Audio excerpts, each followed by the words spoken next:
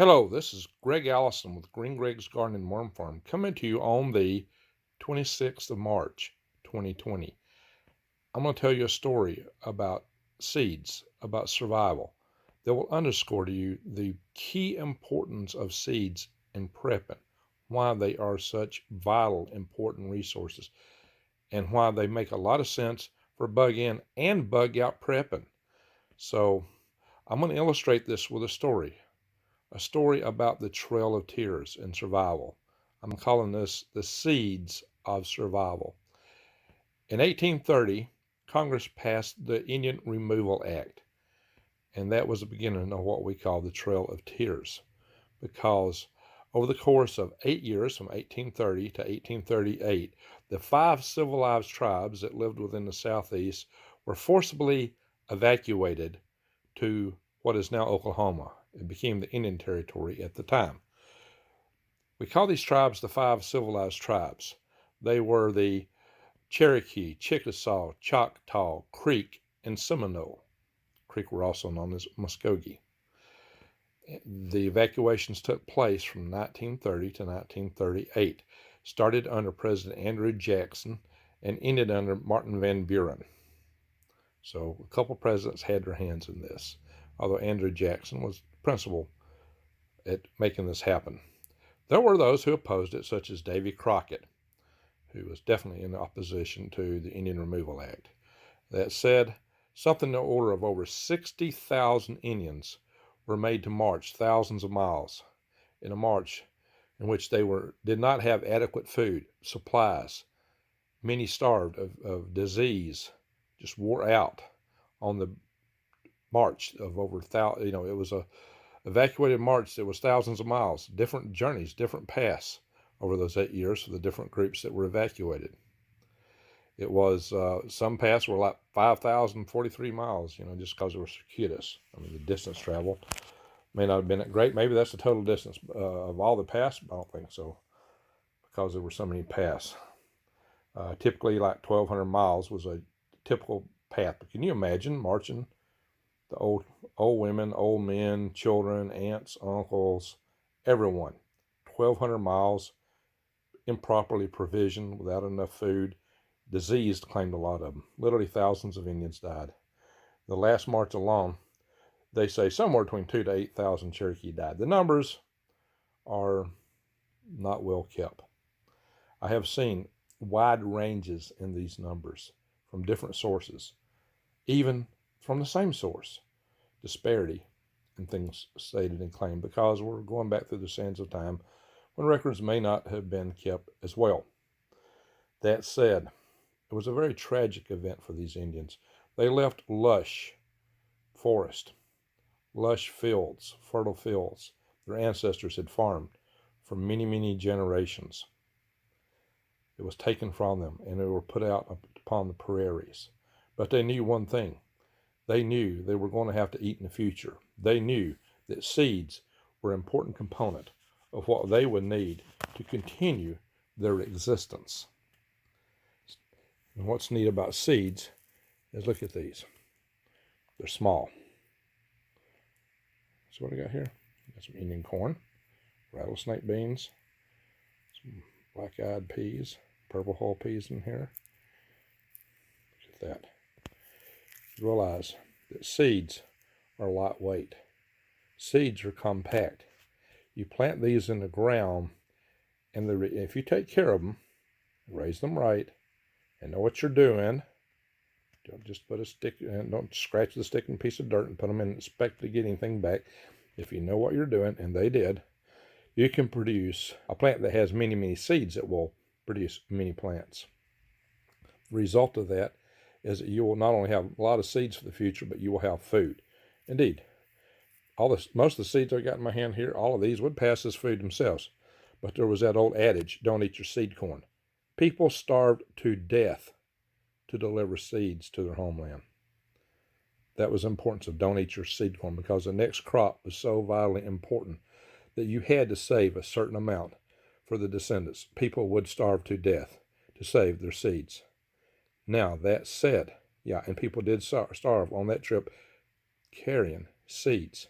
Now, here is the real heart-wrenching part of this story. I get this from a friend who's gone to a lot of Indian powwows, and the story is as follows. The Indians were not allowed to carry a lot. Much was stolen from them. If you read the reports of the Trail of Tears, in one case, in the last case of evacuation under Martin Van Buren, 7,000 federal troops went to evacuate the last 2,000 Cherokee. They were held at bayonet and gunpoint and stockades while people robbed and looted their homes. Can you believe that? The settlers at the time robbed and looted their homes, and they were often robbed themselves.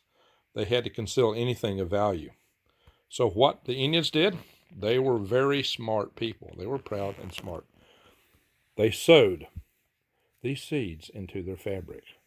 That's why I have this fabric here. They sewed their seeds into the fabric to hide them. See, that's what's neat about seeds. As a prepper, you know, especially if you're bugging out, you want something that's lightweight to carry. This is something that's lightweight that you can carry. It stores long, lightweight. Yeah, you could eat it, but you do it at great peril to your future, because from this, you can plant and grow a lot more food. Because these are the seeds to your survival. They're so important that you need to know and understand seeds. So what happened as the Indian maidens who were carrying these seeds in their garments died, they would be stripped of their garments by other Indians. The white soldiers that were accompanying them viewed this as utterly barbaric. And it was not what they would prefer to do. It's what they had to do, because those garments contained the seeds of their survival. Without them, they knew they would have nothing to eat when they arrived on the prairie but grass, which is indigestible, my friends. They had to have their seeds. They sewed the seeds into their garments, into the fabric, even stripped off the garments of their dead loved ones to carry those seeds. That was a sad thing. It was heart-wrenching to the people that took the garments off their loved ones, but they had to do it. And the loved ones who passed away surely was happy that their aunts and uncles and sisters and brothers would be able to survive due to them having carried those concealed seeds.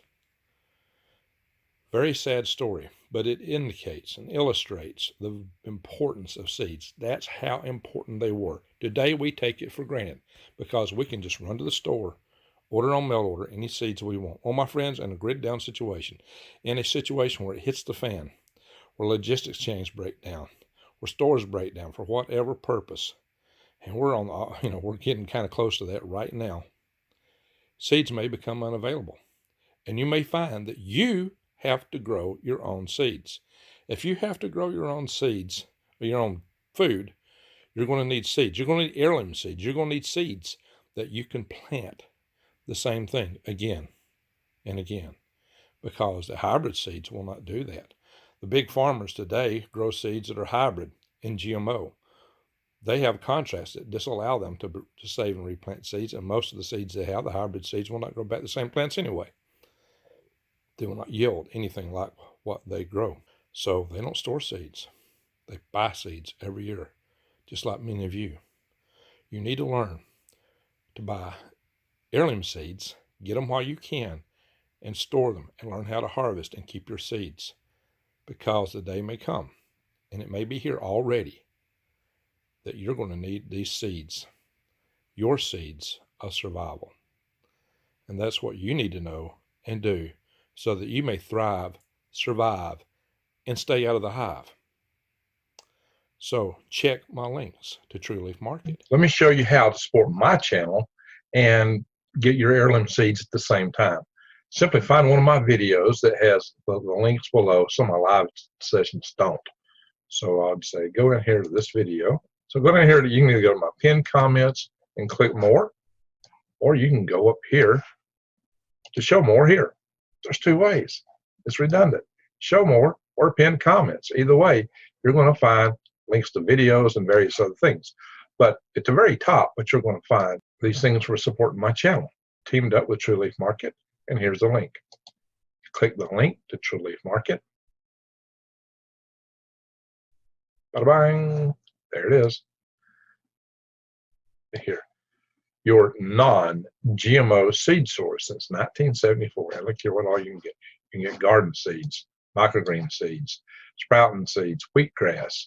You can get supplies to grow these things with. Everything you need. All kind of seeds, things that you need to get your garden going.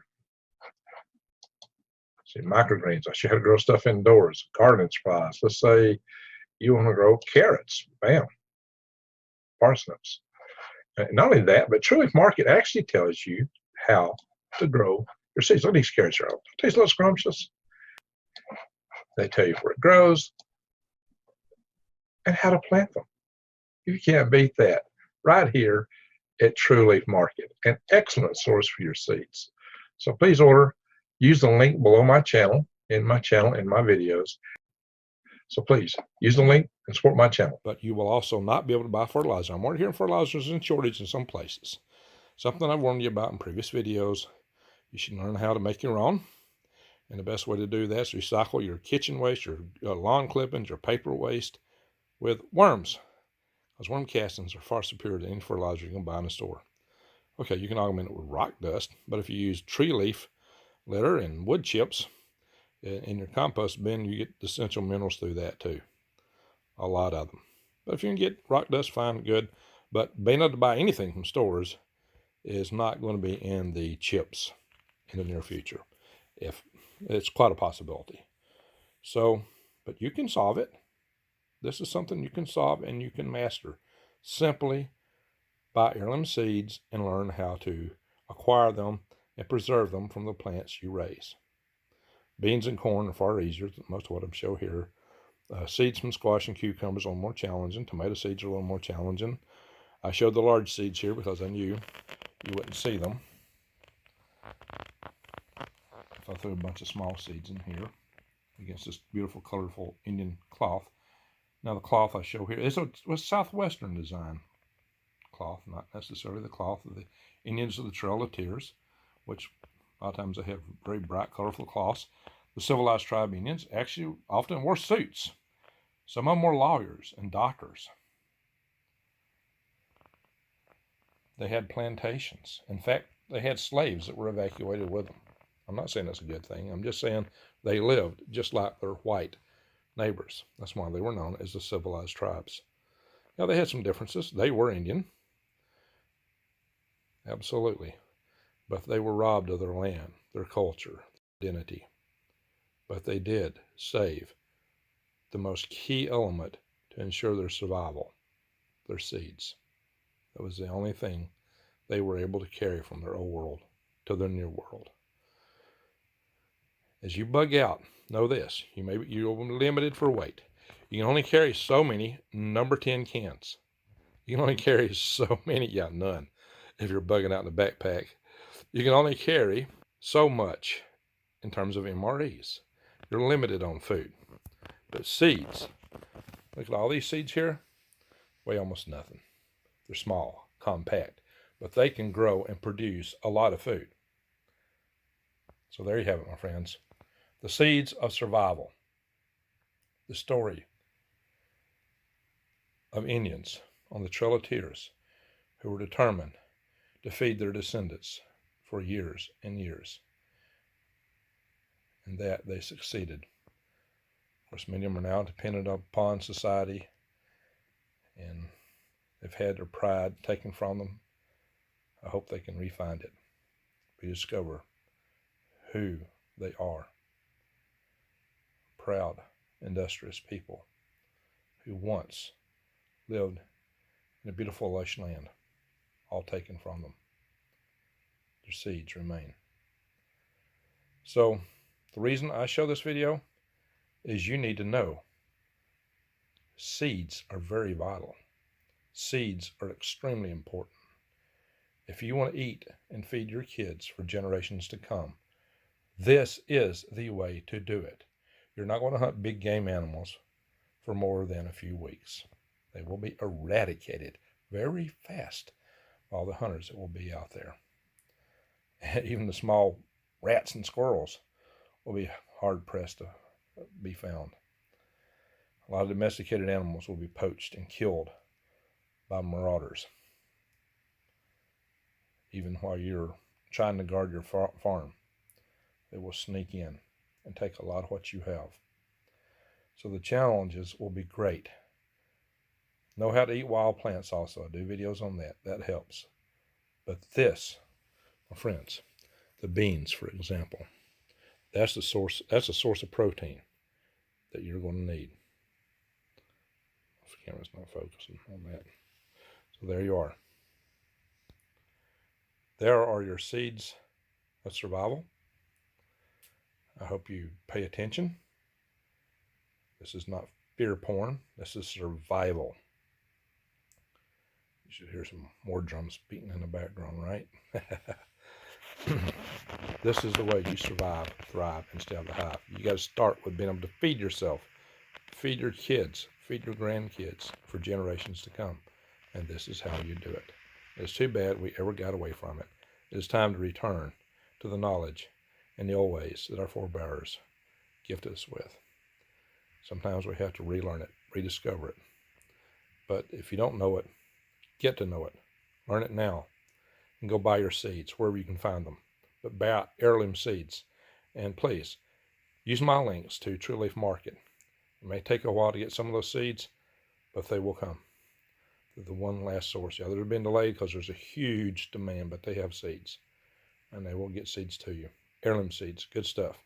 Once again, check my other links below. I'm going to have many other good videos on this channel. Subscribe, bang the update notification bell, and click all for future subsequent videos. The things that you will need to know to survive, thrive, and stay out of the hive. And thank you for watching.